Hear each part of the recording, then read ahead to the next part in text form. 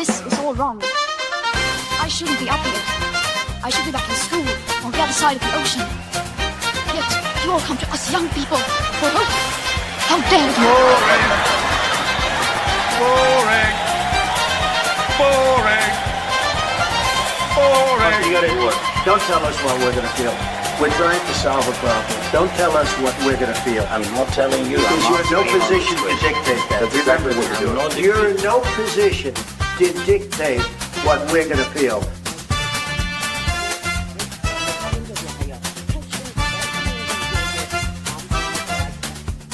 I call again for an immediate ceasefire in Gaza, the return of the sausages, the hostages.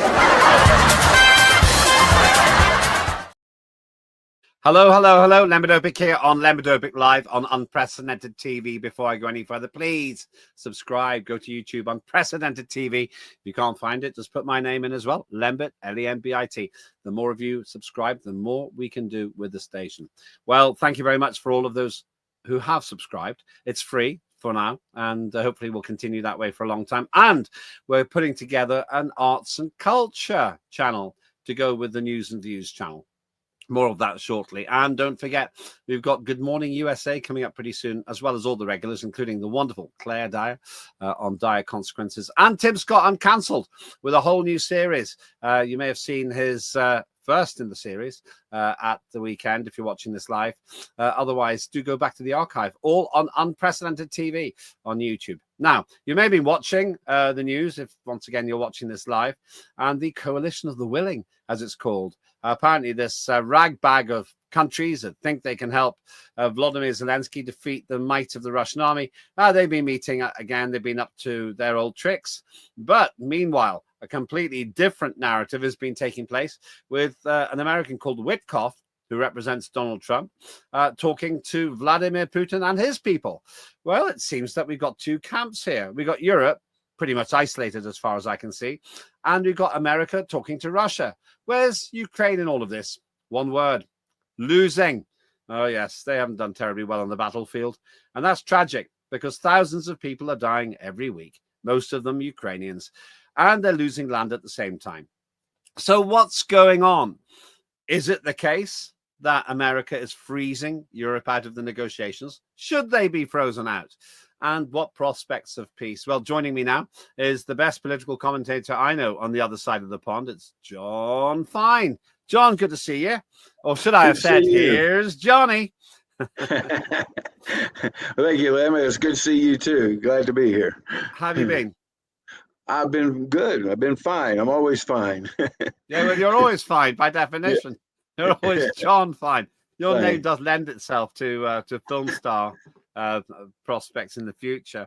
Well, let's get down to it. I know that you're an unabashed Trump supporter. You're from the Republican side, but wherever you stand, it's been quite interesting. All kinds of things happening with the Ukraine situation, and really want to get your perspective on it and your opinions on some of it. First of all, it does seem that we've got a lot of action between America and Russia, though the talks ended in some sort of a stalemate. And it doesn't seem to me that we've got peace from it, but they spent 5 hours talking together. What's your view about the relationship between America and Russia right now? Well, I mean, I've always believed, because, you know, Trump has always had a good relationship with Putin, and not because Russia promised to support his election or any of those crazy ideals that that extremist party always saying, but only because, you know, Trump's had a good relationship, mostly a lot of it to do with business. Trump was a businessman first, and he had relations with all these countries in trying to conduct his normal day of business.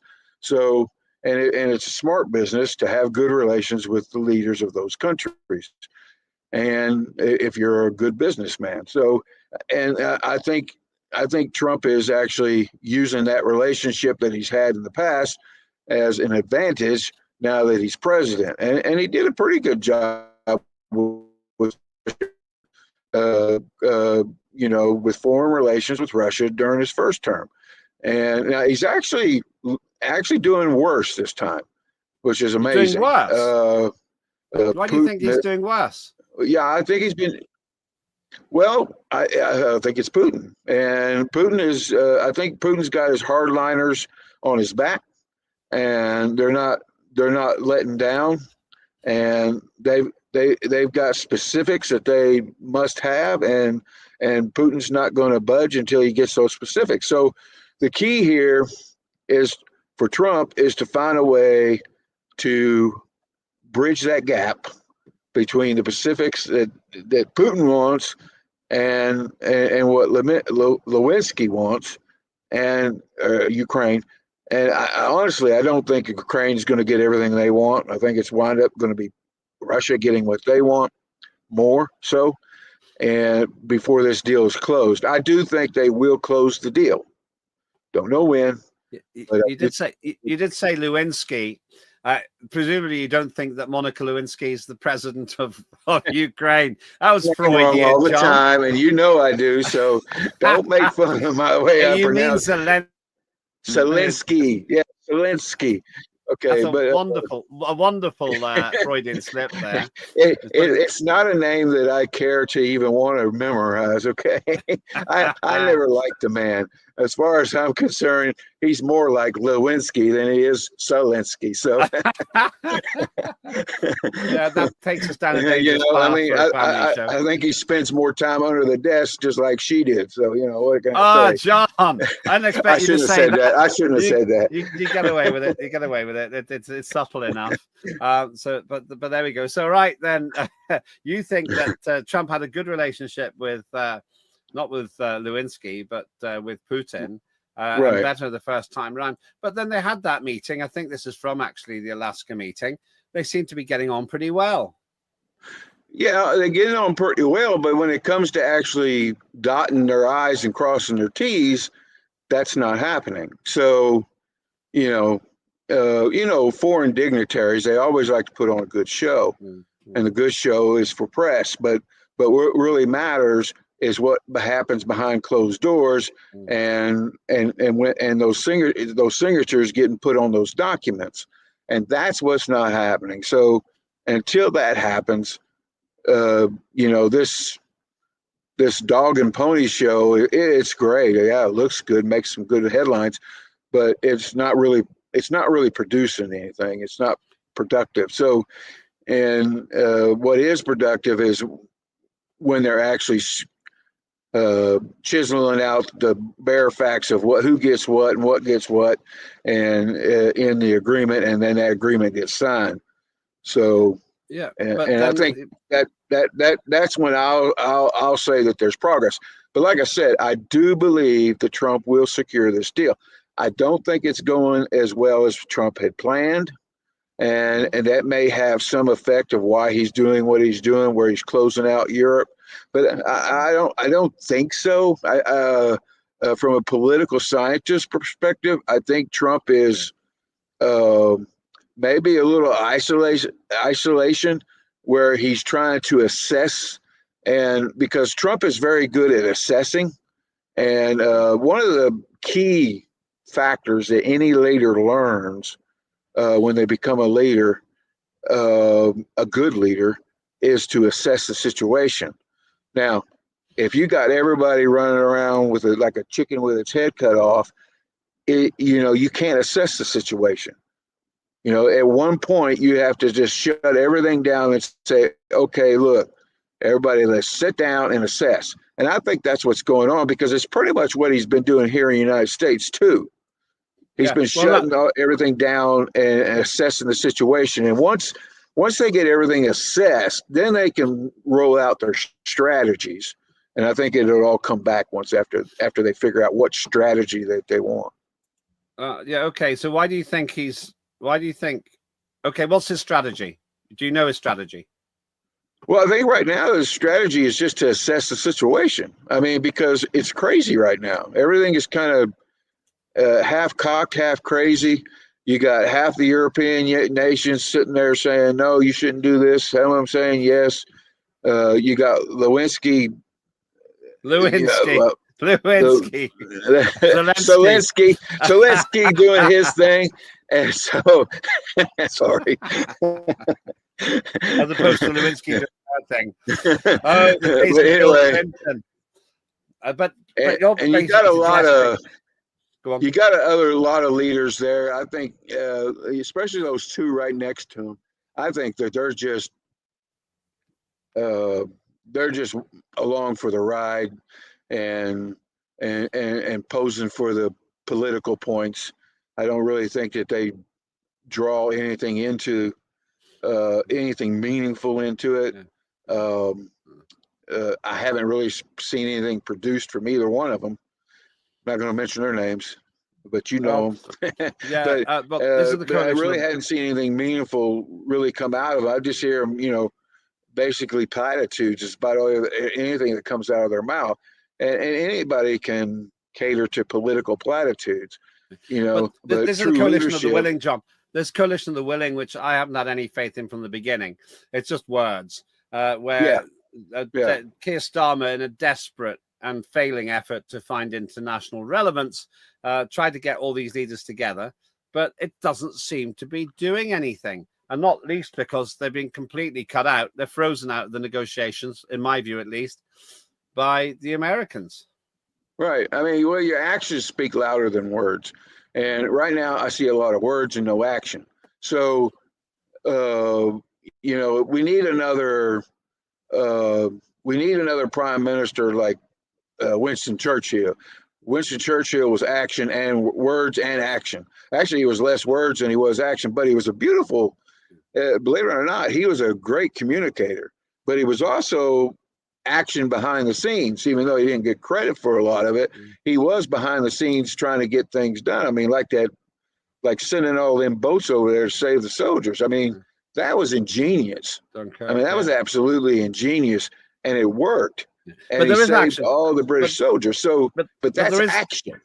But there is action. Right, here's a picture of your American man, Witkoff, representing Donald Trump, speaking to Vladimir Putin. That looks like action to me. I mean, that's not exactly nothing, is it? Well, I've been in a lot of those roundtable discussions in my life, Lambert. I can tell you, most of them were just dog and ponying for show. They didn't really produce anything.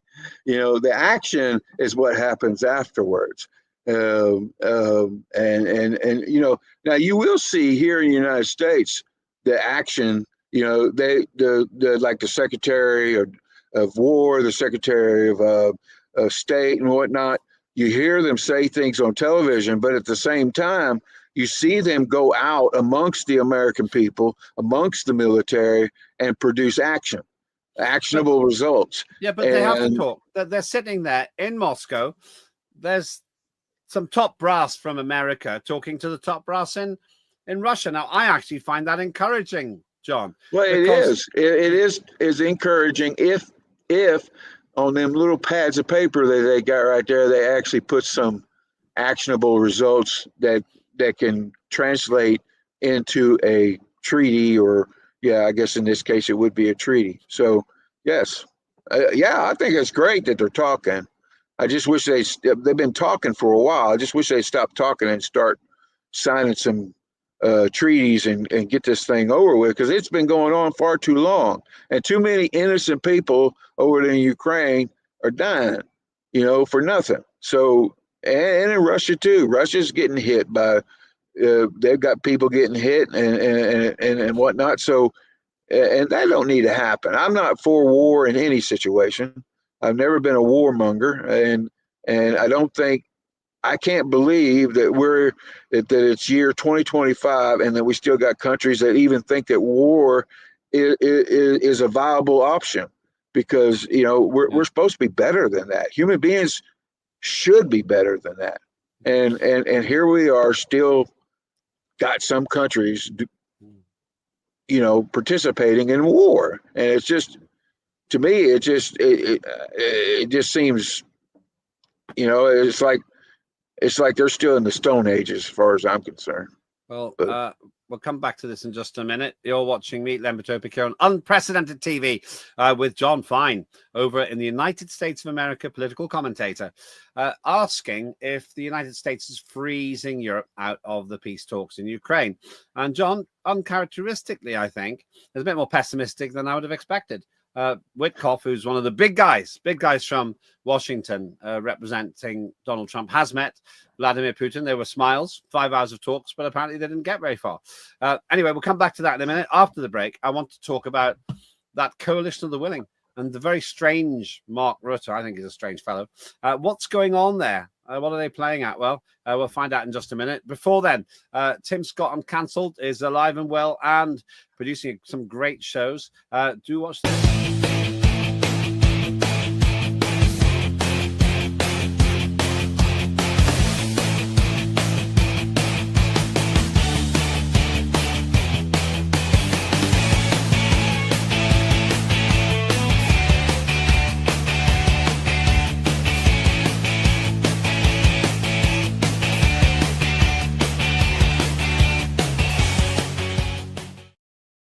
As Tim Scott Uncancelled usually goes out on a Saturday morning, but you can find it all in the archive. Do please subscribe to Unprecedented TV on YouTube. What that noise? What are you doing, John? What's all that noise in the background? Why are you staring at your grand piano? Well, you know, I wanted to see if anybody was playing it. Yeah, playing me like a fiddle. It was that music you played before we come back on the air. I was like, man, they must be on my piano. Yeah, it's interesting. A lot of people seem to live in your front room, but that's another story. Right, let's get back to the game in hand. There, Witkoff has been. You're funny. Witkoff has been in Moscow. Meanwhile, the coalition of the willing, they've been meeting. Some call them coalition of the witless. A bunch of people there, German and Premier, a whole bunch of other people. And the anonymity, in my view, which is Keir Starmer, who tried to put all this together. This was back in May. They took that photograph. Nothing's really happened as a result of this. Ukraine's still losing ground and people, rather tragically. Meanwhile, Russia is losing people too, but gaining ground. Now, just a quick one. That's the triumvirate. Keir Starmer, Emmanuel Macron, Volodymyr Zelensky, three of the people I respect the least in politics at the moment. It kind of reminds me of the Three Stooges. I'm waiting for them to start poking each other on the ear and stuff and tapping their heads and, oh, what are you, boy?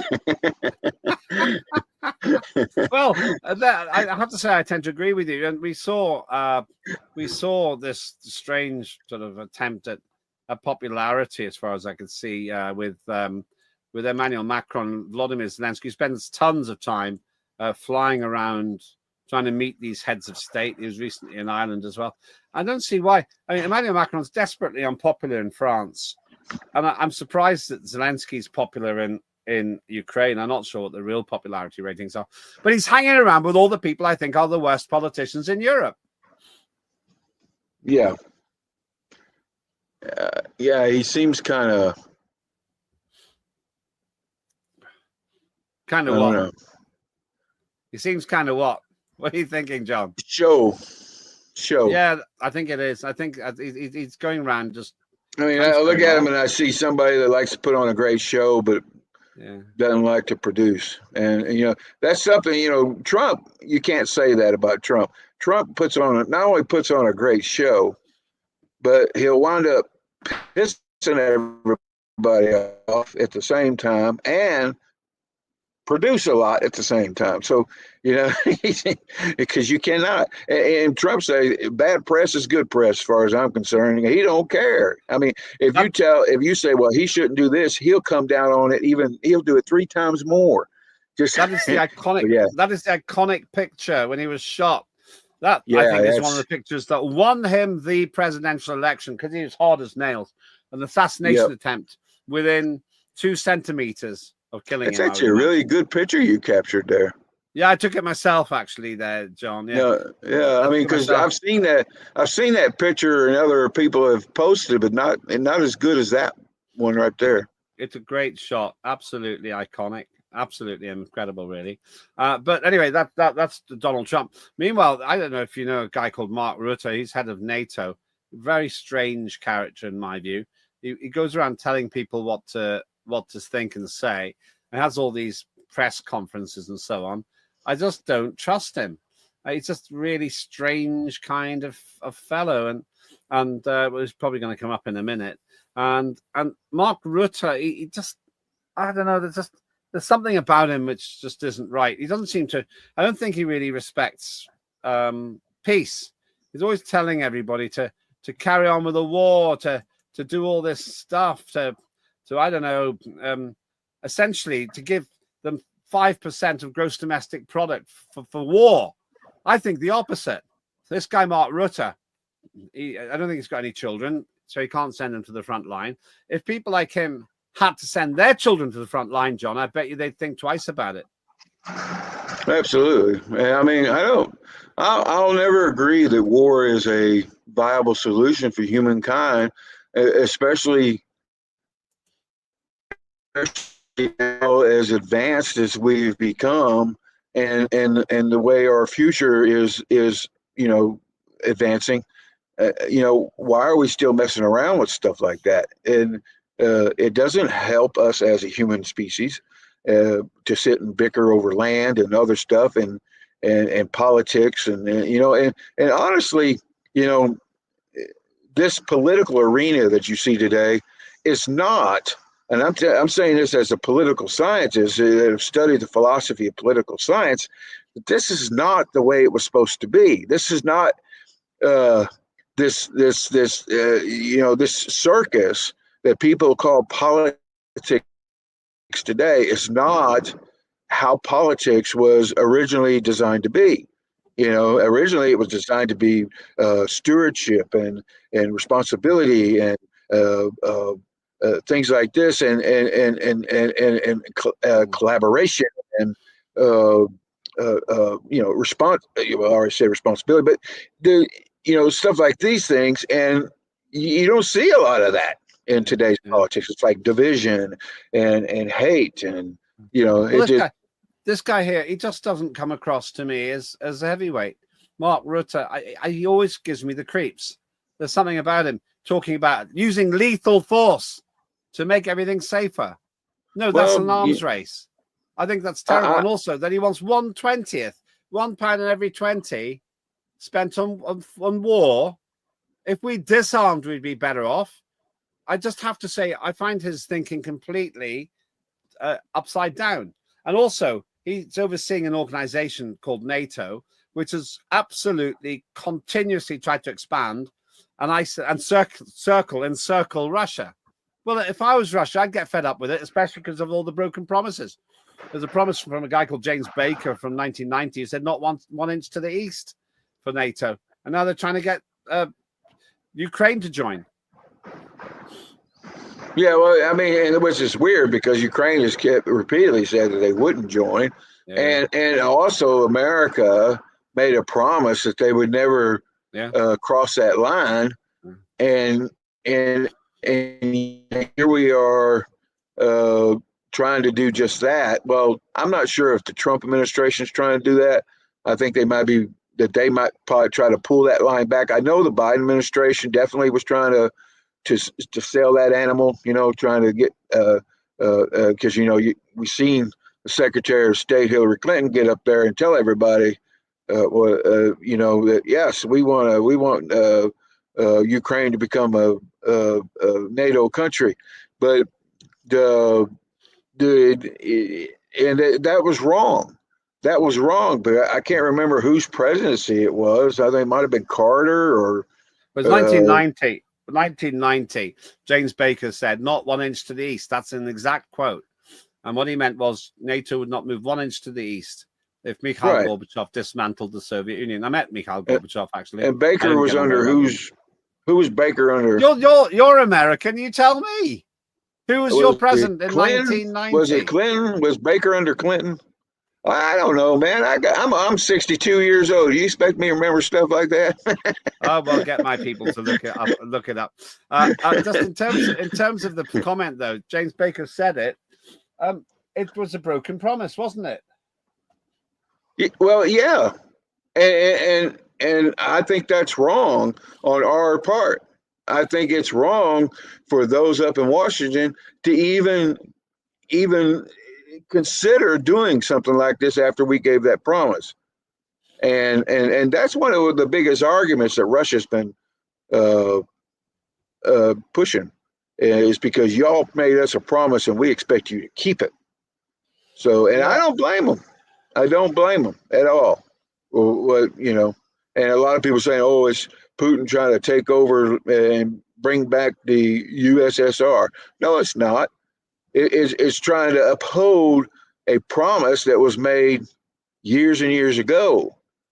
And Russia has every reason to not want the Ukraine to not be a NATO country, because that would position a NATO country too close to their borders, and Russia would lose some of their advantage, if you will. It was George. It was George Bush Senior. I think it was George Bush Senior, who was the president at the time, and we got James Baker. I think. Can we put him up? There he is. There's James Baker. Not 1 inch to the east, he said. Well, that's been coach and horses situation there. This guy, I don't really know much about him, to be honest with you, but it's just it seems to me fairly clear. If you say not 1 inch to the east, you'd expect NATO wouldn't go 1 inch to the east, but instead they're going to Latvia, Lithuania, Estonia, all kinds of countries. They're sniffing around Ukraine, all kinds of countries that weren't in NATO before that are in NATO now. And if I was Russia, I'd probably feel encircled. Not about the right time. I would feel that NATO is breaking its promises and trying to suffocate me, to isolate me, to shut me down. Yeah, and like there's a bigger strategy behind it. Yeah. Yeah, well, that's what worries me. I haven't got very much time left, but let's think about this then. What do you think is the end game in all of this? The fighting is desperate in Ukraine.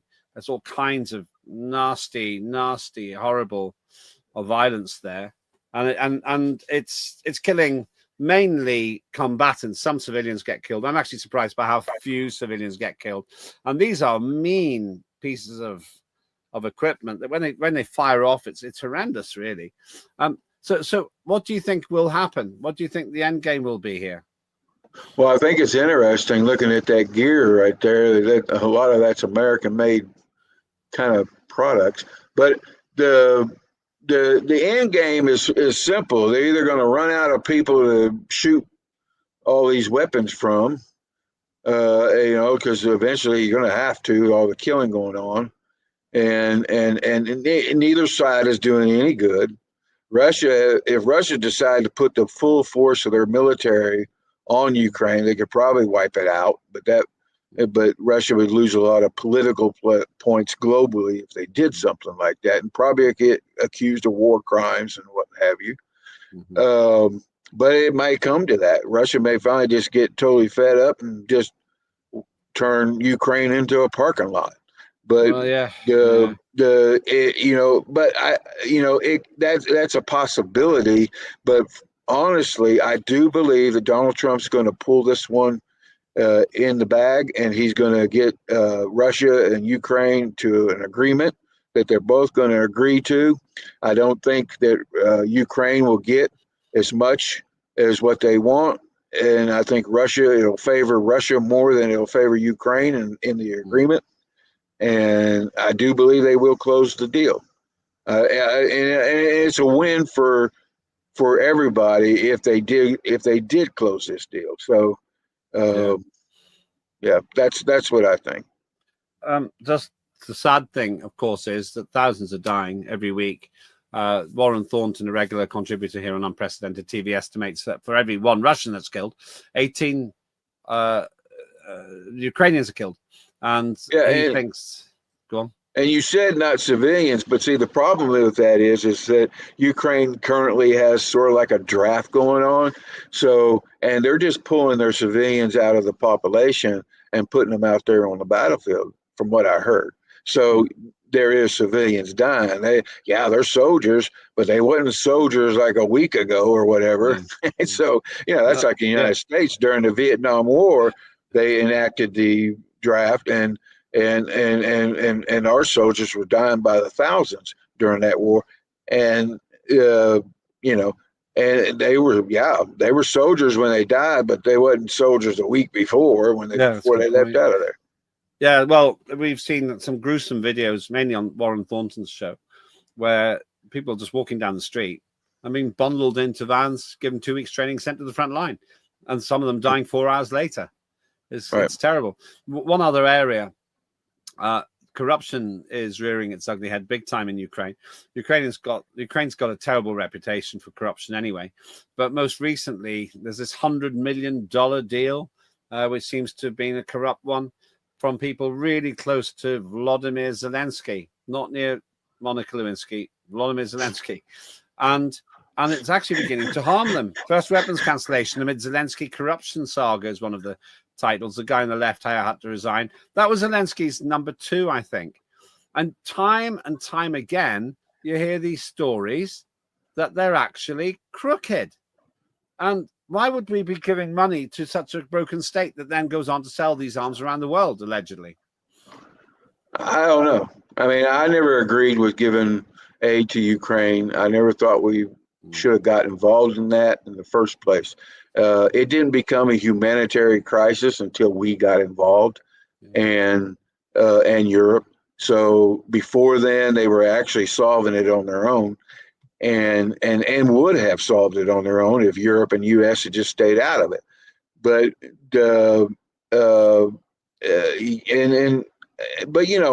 corruption runs high in just about anywhere you go, especially here in the United States. And so it doesn't surprise me that that there's corruption there in Ukraine.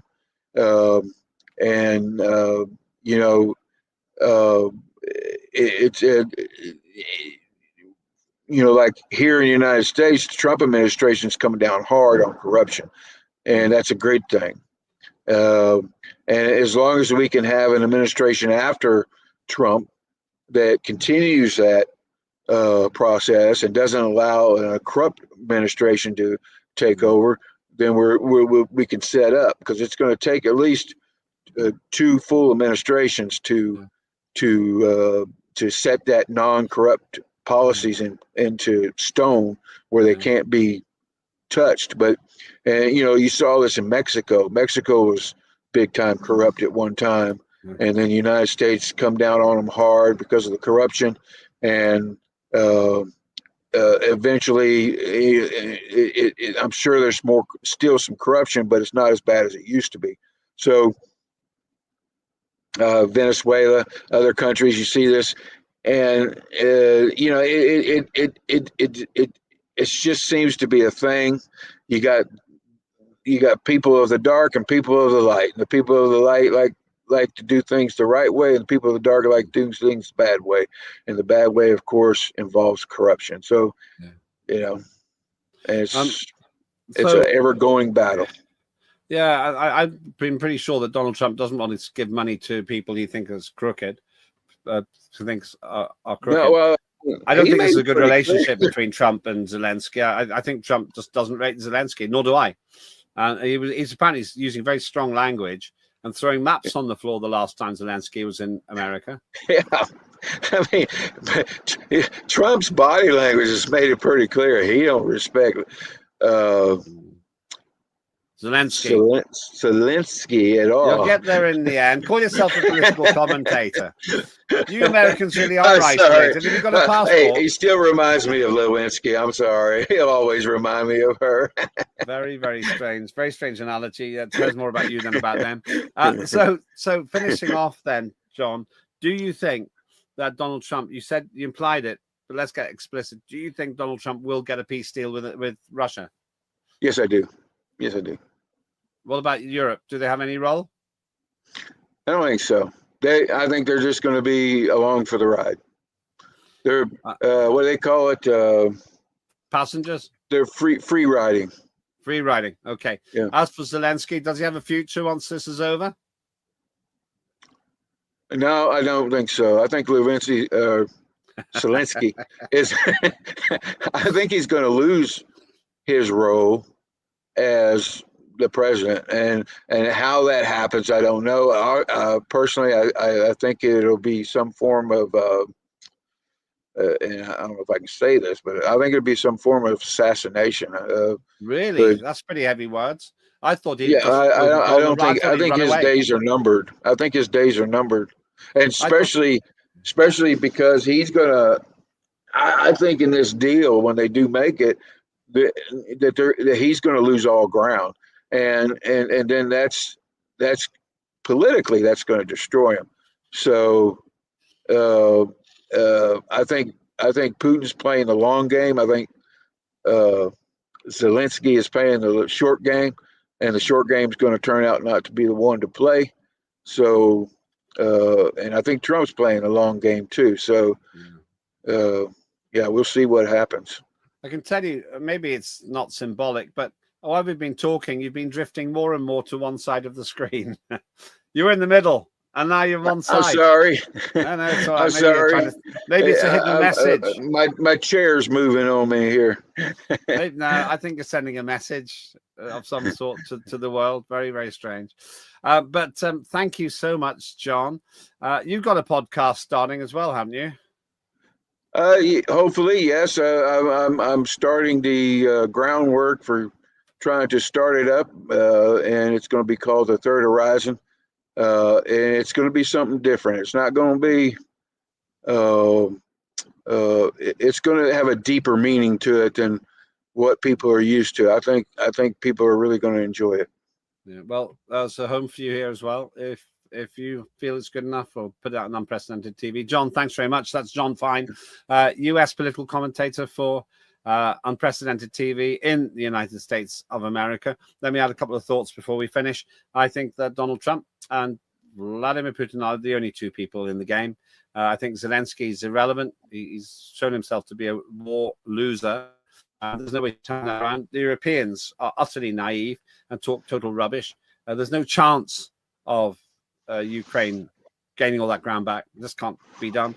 And most importantly of all, it seems to me that we're now in a situation where probably we've actually got a serious chance of peace. But Vladimir Putin knows the longer this goes on, the more ground he'll get. Yeah, he's losing men and women, I suppose. And so is Ukraine. But all of the momentum is with Russia. So they're not in a hurry. I've said this many times, and Warren Thornton on his show says it as well. They've only got three demands: denazification of Ukraine, which should be easy to agree to, because either it's not Nazified or it is and has to be stopped. Secondly, a non-NATO membership, no NATO membership for Ukraine, and which would be keeping the promise that James Baker made 35 years ago. And then the third one is not have a large military in Ukraine, because they don't want to be threatened by Ukraine either. Those seem reasonable to me. And when the mainstream media moans about these things, oh, they're not compromising. They compromised by not starting the war till a few years ago, even though all the signs were there a decade ago that this was going to happen. That's my opinion. You're welcome to have yours. Do go into the chat. You'll find us on X as well, at Lembit Öpik. Do please follow me and subscribe to Unprecedented TV on YouTube. I really would be grateful if you could do that. I'm Lembit Öpik, and please do enjoy the other shows here on our station as well. And if you've got ideas, then let us know. We're always open to creative suggestions. This is Unprecedented TV. Big thanks to the team. More than anything, thanks to John Fine and to you for having the courage to think for yourself. That's what free speech is all about. See you soon.